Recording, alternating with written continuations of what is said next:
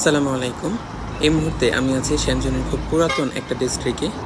চারপাশটা খুব বেশি জাঁকজমক না হলেও পরিচ্ছন্নতার দিক দিয়ে কোনো কম্প্রোমাইজ হবে না। প্রায় প্রতিদিনই এই ধরনের ট্রাকগুলো দিয়ে রাস্তাগুলো পরিষ্কার করা হয়।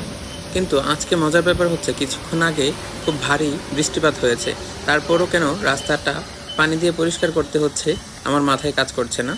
কিন্তু প্রায়ই আমি দেখি বৃষ্টির দিনেও এরা রাস্তা এভাবে পরিষ্কার করে। খুব সম্ভবত এরা রাস্তায় পানি দেওয়ার জন্য বের হয় না, এই পানি দিয়ে রাস্তাগুলো ঝাড়ু দেওয়া হয়।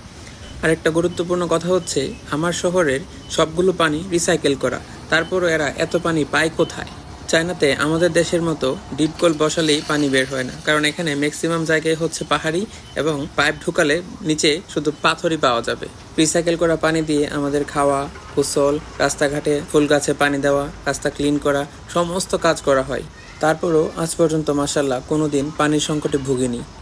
চায়নার প্রতিটা ফোঁটা পানি টাকা দিয়ে কিনতে হয়, তারপরও পানির দাম অনেক কম।